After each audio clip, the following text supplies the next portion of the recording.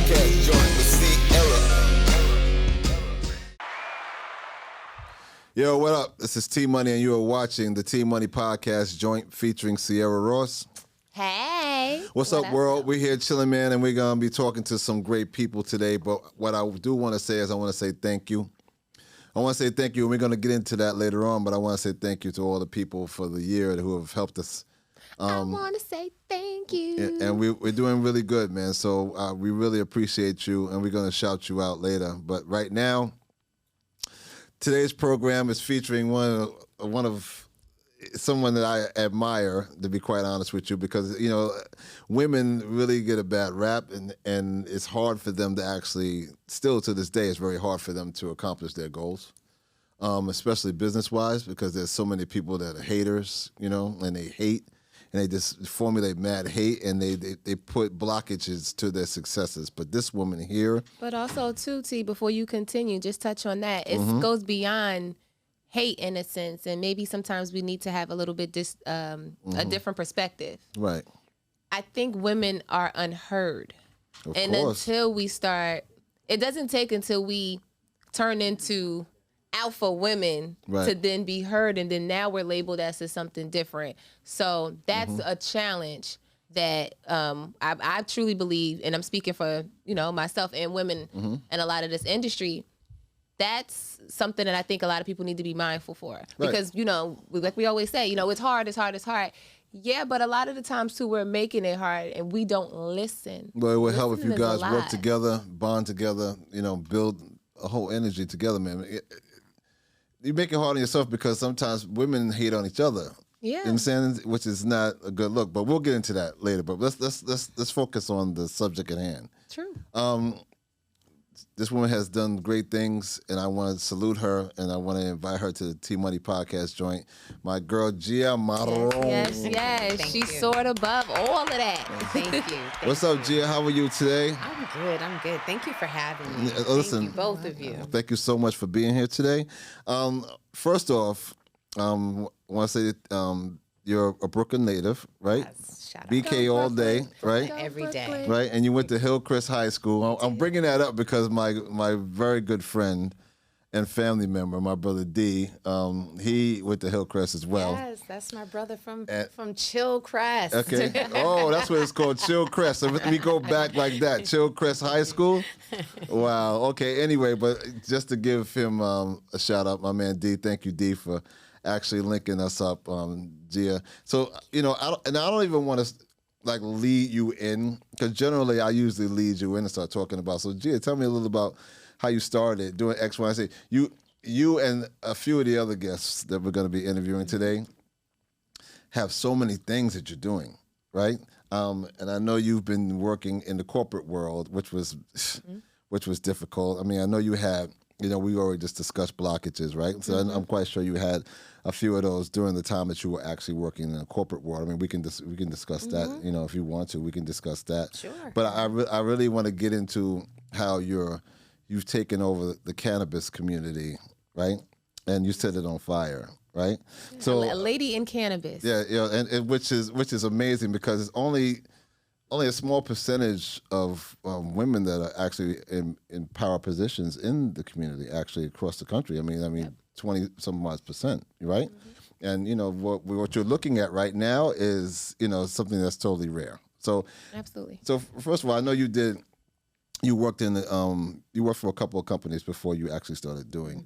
So kind of discuss that. You know, right? Sure. And something you said earlier that you and Ciara were discussing, women don't just hate on each other, men hate on each other too. Okay, of course. I think that when we are always pointing out that women don't support each other, men don't support each other either. But you know, most industries are always male dominated. And so it always gives the impression that men are making way for each other. The problem is that when men open doors, they're not necessarily looking at their women counterparts to lead them in. Most of the things that we're seeing across industries, ideas have really been birthed by women. Right. You're 100% and so, correct. But men usually will take, you know, they'll capitalize on the idea and, you know, and call it their own. So, but you know, behind every good man, there are great women. Right. And, you know, until this Let's day, not women forget that. are fighting out there to actually even get equal pay. You know,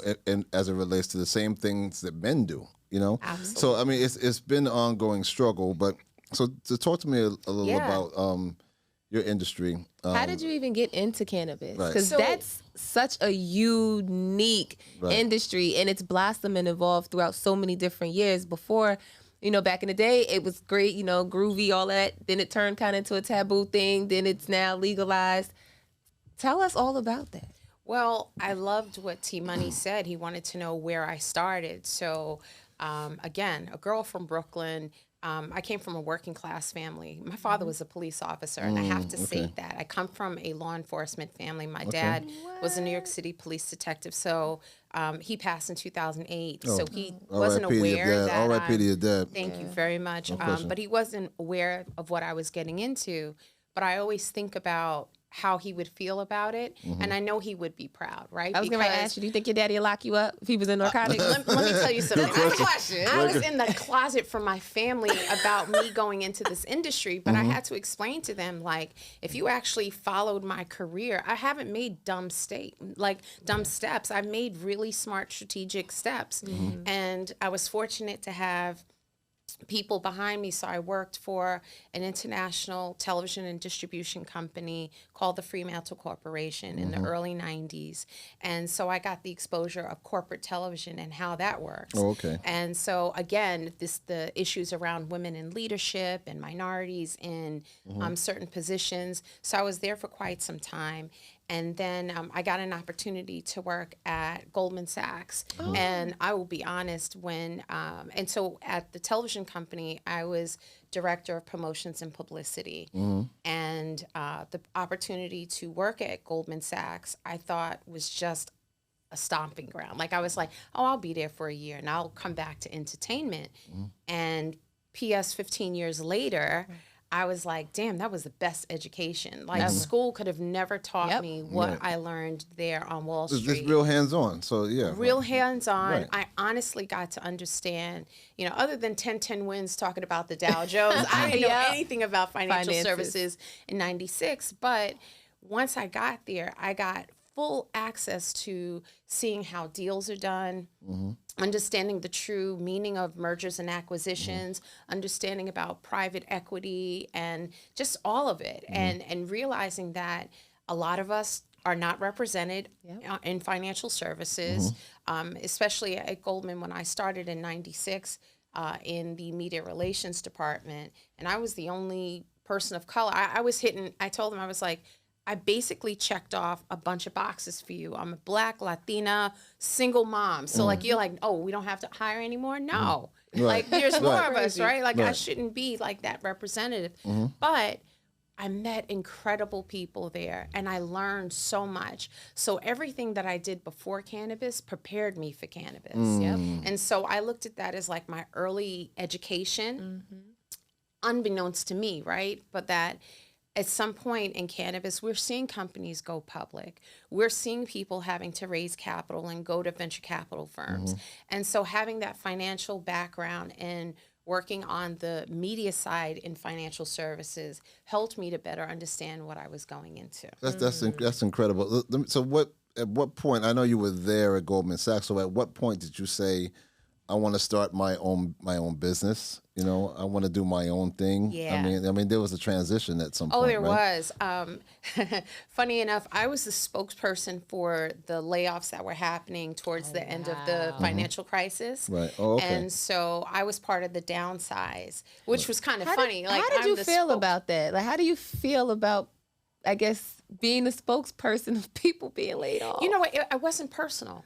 And I realized that, right? It wasn't personal. When I thought about the year that I was hired and I learned about all the people that were being laid off, oh, that was the class that I came in with, right? And so it wasn't personal. And quite honestly, it was the quietest blessing because I was really tired of the work that I was doing in the department I was in. And again, I worked under the executive office. And so we got to work you know, we got to see firsthand what the CEOs were doing, what the most leadership were doing at the firm, but I wanted something new. And I thought my opportunity was within the firm. So the layoff was actually the blessing I didn't know I needed. And That's right. when I I hear thought you. about it, I was like, I've always wanted to start my own firm.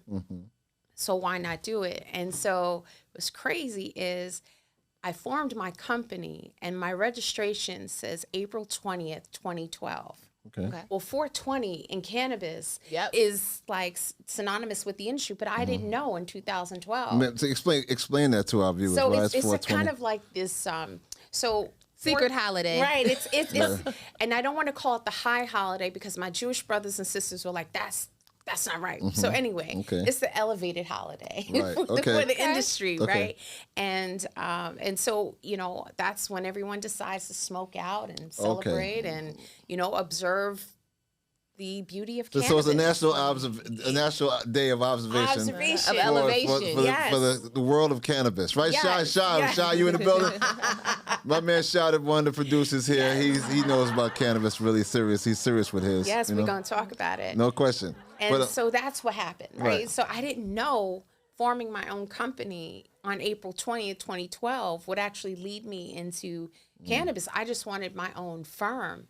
And so I started non-cannabis, started taking on entrepreneurs and authors and working with other financial services companies. And I hated my work. And I was like, I got to fire myself because I don't like this. And I realized if you were ready to do something different when you were at Goldman, you start your own shop and you're still not happy, then you got to dig deeper. you got to figure something out, right? And so I did. I still took on those clients because, you know, needed the money, Exactly. right? Right, Entrepreneur. right. But then I was used to watching CNBC and Bloomberg News for financial news. It was just part of my DNA. Yeah. And there was a documentary that came on CNBC about marijuana in 2012 and 2013. And I was like, okay, that's money right there. Like, that's not a cheap production. Right. Even if that's a paid sponsorship series, CNBC is taking that seriously because they wouldn't expose that information to anyone. So I sat down and I just purged the whole weekend watching. And then I saw another series on Bloomberg News. And I said, wait a minute. All this information that they're talking about cannabis in Colorado and California are nothing but white men running these businesses. And I'm here in Brooklyn, and brothers are still getting locked up. People are still going to jail. But meanwhile, they're talking about they're running cash businesses and they need security. And I was like, this isn't right, but I need to pay attention because what financial services taught me was to pay attention to the forecast, see what's coming next. And so I just jumped right in and I was like, anything and everything that says marijuana, I'm reading. So see, this is what I was going to ask you right there. So like somebody that has no idea what they're doing. I don't particularly smoke marijuana. I have a drink once in a while, but marijuana's not my thing. But what if I wanted to, and I'm an average Joe, I wanted to just go out and get a distillery and do whatever I wanted to do here, due to the fact that it's legal here in New York. How does that work? Like, So, I mean, do you have to have your own money? Are you able to get it there's a lot of financed? things. There's so many things New there. York So- laws is crazy. And I think what I'd like to be clear about is one, in high school through my 20s, I was a combustible, like a smoking consumer. But I also recognized what I learned through my research and through all the news and everything. Most of these CEOs don't even consume. And when you think about all the industries that exist already, most of the multi-million-dollar companies, they're the service provider. We're the consumers. And that's when I had to say to myself, you spent so many years on Wall Street, like you had to learn something more. And how does this apply here? Now, it doesn't mean that I don't partake in any kind of cannabis. I like a particular type of edible that I learned about later on. But coming in, I realized, oh, cannabis isn't just about smoking. There's topicals, there's concentrates, there's edibles and all of that. So to your point, a legal operation is supposed to be licensed, right? We all know about the gray market or the legacy market. I don't like the term black market, or I also like the term pre-existing market, right? Because or for the other people, the plug, right? Y'all know The what plug, is. right, all of that. Call your peoples. But pre-existing because cannabis has been around forever. Yep. Cannabis was actually part of medicine before 1937. Of course. Doctors prescribed it, course, right? yep. So it was only because of political plays and racism is why that it became illegal and it triggered globally to the fact that not just domestically it affected people here, but internationally. Right. So when you think about today for someone who doesn't consume, and they're like, well, how do I get into the space? Well, immediately, like I did in 2015, when I expanded my business, my current business, GVM Communications, Right. I thought I had to own a cultivation or a dispensary. And someone said, well, what do you do now? And I said, well, I have a PR firm. They're like, why don't you do that here? And I'm like, what? And they're like, all of these companies need representation. And so while people are only thinking about processing cannabis, owning a dispensary, cultivating, there are testing labs. There are law firms that you need. There are accounting firms. We have a very unique accounting system that doesn't exist in any other industry, but it's appropriate just for us. And so you need those specialties. So that's why I said everything I did before cannabis prepared me for now, because they're financial firms. They're Canatech companies. Oh, wow. Technology, because you can't operate without technology, right? And Without so question. everyone is coming in thinking, I got to grow. Listen, that's a whole lot of money. And a lot of times there's a whole lot of failed businesses. But a podcast like this, you can constantly run cannabis programming for education and information. And you're part of the industry. That's the ancillary side A lot of it. people get involved in it initially because that's all they see. That's what they, exactly and it. that's what's right in front of them. Okay, let's become a grower, become a distributor, have a brick and mortar Right. to actually sell. Set up a distillery. That's what most people. Dispensary. Dispensary. I'm sorry, distillery is for alcohol. Yeah. My fault. But dispensary. So Hello, let me take a sip Yes, for that. yes, Angels and Cowboys, salute to you. But so let me ask you another question. As far as legislation is concerned, do you think, because New York took so long to get everything in place? I mean, other states, Colorado. Colorado was doing it for quite some time before anybody else. I think, was it Arizona, somewhere else was smoking? Listen, doing their thing. I mean, so did we get it right? I mean, because right now there's so many places. I think we're working on getting it right. And I say that because I've advocated many years. I do call myself a business advocate. I call myself. I've worked with many advocates in the industry in New York specifically, because I cannot work across the country and then not take care of home. Of course. Right. Yeah. And so part of what the MRTA, which is the Marijuana Regulation, MRT Taxation Act, it's called MRTA, or MARTA as people will refer to it. That's what we advocated for many years, to get legalization to happen, which former Governor Cuomo signed March of 2021. And then I think people thought they should hit the ground running, but they didn't even have an agency. So you can't hit a ground running with something that's not even formed, right? So I support the Office of Cannabis Management, because that's a heavy lift. This is a new agency, hasn't been created in our state in quite some time, and now add an industry that is only legal in our state, but not federally legal. Well, that's right. It's not federally legal. It's not federally legal. Right. And so there's so much to learn. And while people in my industry now are like, come on, let's go. Let's get it going. Well, when we look at other states, we realize other states have issues, right? And so it's always easy for naysayers to say, well, they should have did that. Well, why aren't you doing it? Exactly. Right? Why didn't you help legalize this? Why aren't you helping to work more with governments to that to help make this a better legal operating industry? So I tend to weigh less on criticizing because I haven't been in their shoes, but I've been on the side of helping to legalize. And on the federal front, we're also working on getting banking in place and, of course, decriminalizing, because we can decriminalize. That just answers a whole lot of questions. No question. Right? Yep. Like, just let brothers and sisters out of jail. Hello. You know, get their lives back. Well, you know, with us being in jail, they're making money off us being in jail, so that's a whole nother conversation. That's a whole other podcast topic. You mentioned in the sense of education, and I know that you go around because you're a strong advocate about the business. But let's discuss a little bit, because I think it's a misconception on when you said federally. A lot of people think that you can travel and pack it and put it on airplanes and trains and things like that. Because yes, and this is exactly why I mentioned that, because we have to think things on a bigger scale. People pack this in suitcases and stuff, and I hear that a lot. And I've also seen a lot of people get locked up too, and they go, well, it's legal here, so I'm just going to put it in my bag. For instance, people who visit Vegas.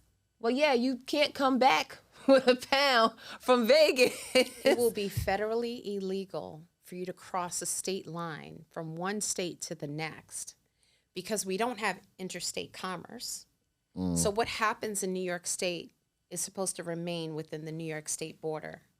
What happens in New Jersey is supposed to happen only in New Jersey. So like the gun law, it's the same kind of thing. Absolutely. Right. And so part of legalization, when we were advocating for this, those were one of my concerns, because I said, all right, fine. They can't lock up brothers and sisters anymore in New York for consuming or walking around. But what happens when somebody decides to go to Jersey City? And let's say you got a tail light out or something, and they're like, you didn't purchase this here. Like, what? I'm always, again, I'm a daughter of law enforcement. So I learned a lot, not only from my dad, but from my uncles and whatnot, like how we get caught up, right? No different than people sneaking things in their suitcases and flying. I'm like, yo, that's basically like your distribution. They're looking at that But in a Ms. way. Gia, let's again touch back on education, because somebody has to teach you where the plug is. Someone has to teach you how to actually put it all together, light it, all that stuff. So again, when we're having conversations, we need to stop leading each other down through a ditch and say, wait, we can't take this on planes, and here is why. Because I believe, and I could be mistaken, not too long ago, maybe 2 years ago or a year ago, it has been legalized in New Jersey, and everybody from Staten Island was coming to New Jersey purchasing it, and it happened to be on the news that they said, I don't think people really understand the laws of this. You can't do X, Y, and Z, just like you just reiterated. And so many people now, meaning the ones who don't want to understand, it's like, well, it's legal here. Yeah, but also before you decide to take that drive, you might also want to learn different jurisdictions of things. The regulations per state, right? The laws per state. You guys speak to the hip hop community. And there's a lot of hip hop artists that I see, of course, coming up with their brands. And everyone loves this unboxing. I can't curse, right? You curse. Okay, sometimes I do it now, I don't even realize. So I try to self-edit. Okay, so everyone loves this unboxing shit, right? And I think it's great, and it's promotions. But I have seen, and I have actually sent text messages through friends who have direct connects to hip hop artists to say, yo, tell them to stop sending their shit from California to Florida, which is a medical state and not an adult use state. And they have their friends on IG and everything unboxing their products and whatnot. And I'm like, if we had the hip hop police breaking down and following hip hop artists with shit back in the day, what are they going to do when they start cracking down on hip hop artists who are in cannabis because they're illegally transporting products that are not available in particular states? And everybody's on IG smoking it up, and I'm just like, oh my God. To the point that I was trying to make earlier, it has a lot to do with this is education new. And knowledge. This is right. It's a lot of people are just ignorant to what to do, what not to do, how to make this work for them. It's just a level of ignorance to what's going on in this industry, because they don't really know. This is all new to everybody. It's very new, but I think people are so quick to jump the gun to want to be a part of the trend, right? In this emerging market. Right. And I completely understand that. But the most difficult thing is trying to get out of the justice system when you're in the system versus it's worth taking the time to educate and inform yourself. Everybody has access to Google. God and Google, you can't go wrong with, right? And so it's like, why not go and figure out what's legal and not legal? And for some of these artists who are working with some of these companies, shit, they got lawyers. Right. Ask them, what can I do legally that will make sure that I'm within the legal parameters to promote our product in a safe way. Now that you mentioned hip hop, this is a hip hop show. Yeah, that's why I had to bring it up. Real talk. So let me ask you your professional opinion. I mean, years ago, this would have never been in anybody's thought process that we can actually go someplace and actually purchase marijuana on any level legally, right? Yeah. So how do you think the hip hop community has helped create this transition, like to actually get legalized to because we have hip hop artists who are openly smoking marijuana, like Snoop and Redman and several other people, way before it became legal. So, how do you think that helped culturally to change? Well, I mean, everyone's mindset in regards to legalization. It's always been a part of the culture, right? So it's no surprise that hip hop artists would want a brand or business of some sort in cannabis. It would make sense. If they didn't, I would say, what's wrong with you, right? But you also have to think about some artists are representing a brand, and it's not necessarily that they own the brand, right? And so we have to think about that. You're the face of the brand, not necessarily the owners, face, exactly. Right. And so, I mean, hip hop has done so much for cannabis. I would say music overall has done so much for cannabis, but more specifically, hip hop. It's interesting. A few years ago, I finally met Branson. Right? Oh, you did? You met him? I met Branson, okay. And it was real funny. We were at. No, that's funny. We were at. Salute to Branson, by the way. Such a cool brother. Wow. And I know Fab Five Freddy, okay, right? Well, and so Fab has a brand too. Obviously, a piece and, of Fab. And he did a documentary, an amazing documentary that was on Netflix. The Grass is Greener. If anyone's ever, I've seen that. It was good. So good. And that's how it's connected, music and jazz and things all of that nature, right? All of that. And but because of that film, Fab partnered with the gentleman that was incarcerated for 2 joints, right, in the state of Louisiana. So they launched the brand Be Noble. And that's where I met Branson at, right? And it was real funny because one of my colleagues was like fangirling over him, and he's like, "Yo, who this girl right here?" And I'm like, "No, she's good, she's good." And he's like, "Wow, like I would have never thought it's this, right? Like I knew what we did back in the day, but like you got large parties and big promotions Pop-ups around this, and." In talking to him, I'm like, but there's no reason why you should not be, in which he is now, right? I know he's got a brand. I know he's partnered with a dispensary. But if hip hop wasn't a part of this, it adds a cool factor, honestly, to cannabis. Everyone wants a hip hop kind of spin or correlation to their brand because, I mean, hip hop is life, honestly. Right. Hip hop is life in so many ways. It's life. Overall, that's what I say.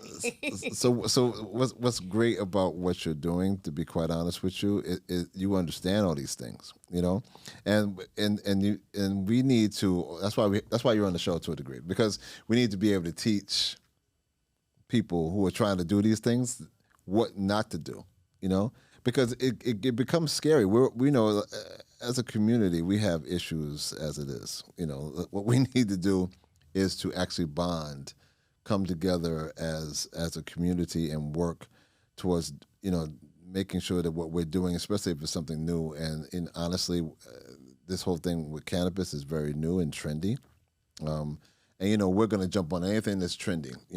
It could be anything. Oh, that's what's happening right now. Okay, I'm on it. But they don't necessarily sit and take time and do the research that is necessary to take full advantage of it.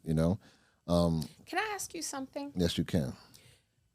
Do you think that when we're most interested in something, whether if it's travel, whether if it's a brand new, I don't know, house or something, don't we take the time to research that because we want it so bad? Of course. And so what I ask our community is to stop being selectively lazy about what we want to learn more about. Because we have been hoodwinked and bamboozled so many times and so many other things that while we're in fear of missing the train, we also sometimes get off at the wrong stop. Yep. Or don't even get on the train. Or don't even, right? And so you're right. We do have to be more informed, which is why part of our advocating was getting higher education to start teaching about cannabis, right? Because I already saw these white universities doing it out west. And so I was really happy to hear that here in New York, that SUNY and CUNY, so like Medgar Evers, you know, I was a part of and advising them in getting that first certificate program. Now they have a degree program in cannabis, right? And it's like, why not? Because not only is it a business, it's a plant, it's medicine that could really help a lot of us in our communities deal with a lot of the debilitating illnesses that we face, high blood pressure, diabetes, lupus, you name it, right? And so if we're able to better inform ourselves, not just from the business side, but also from the health equity side, we'd be doing so much better instead of spending time. Can I say bullshit? Yeah, you can. Yes, you can. That was cute. Spending time, you know, looking at bullshit that really isn't feeding ourselves. Well, you know, a lot of people, you know, and it's sad to say, a lot of people, not just our people in general, a lot of people overall just don't necessarily are interested in anything that has anything to do with stimulating their intelligence. Unless you tell them, and then they say, well, but you told me so, but if you went and took the time to learn yourself, then you could challenge my word. Right. Absolutely. Absolutely. And I'm getting ready to say something a little real. Sorry, y'all. But I'm starting to feel like the world makes an excuse because guess what? Not for nothing, but who really showed you how to have intercourse? You took the time to learn that, figure it out. You might not get it right when you do it, but you went back and kept doing it for whatever main reason. That's a lot of people got kids and stuff. That's actually but kind of cool. however, because I have to start putting stuff in an analogy portion because that's what we are now accustomed to. Oh, nobody taught us. Okay, so you just don't want to go learn it? Okay, it might not be stimulating, understood, but at some point, you have to have some type of light bulb to go off and go, just because someone didn't show me, I might not know about it. I smell it. What's that smell? Like, get back in tune with your senses. And then you'll figure out and find like-minded people. But you can't find like-minded people when the mind not like-minded. and I do want to salute you in regards to what you just said, in regards to the benefits of marijuana. You know, there are several benefits of it, so many things that grow naturally. You know, marijuana is not just alone in that quest. But there's a movement, from what I'm gathering, that not only are they going to be able to sell cannabis in brick and mortar stores of some sort, adult use cannabis, right? The licensed operators, right? That's exactly. But they're interested in actually having it delivered to homes. Yes, there's delivery, home delivery. So in New York State, are we able to do that here yet? Or yeah, they have delivery. Okay, listen. First of all, delivery's always been available, right? Okay. Yeah, this is true. Branson, salute, right? Delivery's always been available. We just talked about Branson, didn't we? Licensed delivery operators, right? So in New York, we have the medical program. So we have medical marijuana, and those are or medical cannabis, and those are people who have a medical cannabis card. And I still encourage people to get that, right? Because when you go into the adult use, which is the general population store, the bud tenders, that's what they're called. The bud tenders? Bud tenders, yes. Wow, okay. Be careful. You got to be careful how you say that. So the difference careful. between a medical cannabis dispensary and adult use cannabis dispensary, at a medical dispensary, they have a pharmacist on site. Oh, okay. They have to have a pharmacist on site.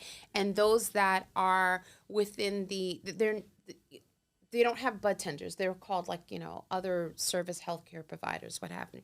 So they'll speak more to the patient versus when you go to the adult use, some bud tenders may have some knowledge, but it's not the same as someone who has a medical background. That's why that's so important. So if grandma wanted a little bit of medicine for her arthritis, right, get some rubbing cream, you can go to an adult use, but you can also go to a medical dispensary, and they'll be able to talk more through grandma's issues or through Ciara's issues or your issues, T-Money, to find out what exactly you need. So I feel like our medical program is still needed because the plant is medicine. This is but we're going to need the government to stop taxing so much because it's disrespectful. Oh my God. So it's like, okay, this is why the plug is still plugging. No doubt. And we need the stuff for grandma, and we want the knowledge. But now you're hindering us because we really can't afford the knowledge. It's expensive. So it's kind of like a catch-22. Very much. And that's why I think maybe if the plug took time to learn a little bit about some stuff, then maybe we can then flip it back. You want to know what's interesting? So, New York has a lot of these pop-up shops, Yeah, right? of course. These are illegal And what I was going to ask you, about right? them popping up and being illegal and they're shutting them down, X, Y, and Z. I mean, that's why I asked the question earlier. Is New York getting it right? Like, no, they got a lot of work to do. Yeah. A lot. But I would say for our legacy plugs that have been in the game for a while, they're hella knowledgeable. But the ones that are just popping up these shops, these are the those that are appropriating, right? They found they found space in the gray market. They weren't operating here, but they're like, why not? Everyone else is selling it. We're going to do it. I don't have as much respect for the illegal operations as I do for the legacy operators that have been doing it for quite some time, because they're the ones that are oftentimes knowledgeable about the strain, where it's sourced from, where it's coming from. But if you go to, any of the shops, pop shops or whatever they're calling them, they just got product. You don't know where it's coming from. You don't know if it was tested. You don't know where it's sourced from. And that's a safety concern. But when you think about someone that you've been getting your cannabis from for 10, 15, 20, whatever years, I trust that because they've been in the business longer. They understand it, right? So no disrespect to the legacy operators. It's the other ones that are being opportunist and messing it up for everyone else. Yeah, that's not going to work. We can't have that. That's why they're shutting them all down, because they're unsafe. I'm not in support of them at all. Okay. Well, if you're not supporting them, neither am I. Okay. Ms. Gia, where can just your new followers or people who want to be educated, where can they find you, by the way? Oh, absolutely. So, you can follow me on Instagram. Oh, I'm talking right to you. You can follow me on Instagram. My IG is Gia, GIA_VM. Or you can connect with me on LinkedIn, Gia Moron. And my company is GVM Communications. My church holds an annual The Business of Cannabis Summit. We're holding our 5th one next year. So I got the church in the Praise God. Praise God. Please send me a ticket. Please send me a ticket. That's right. No, Praise God. really, they were the first church in the world to open, and I'm not exaggerating. We had global news behind that. We were the first church in the world to open its doors, the entire building, and said, invite who you want. We need to educate the community. So shout out to Emmanuel Baptist Church in Brooklyn, and they've been consistent about it.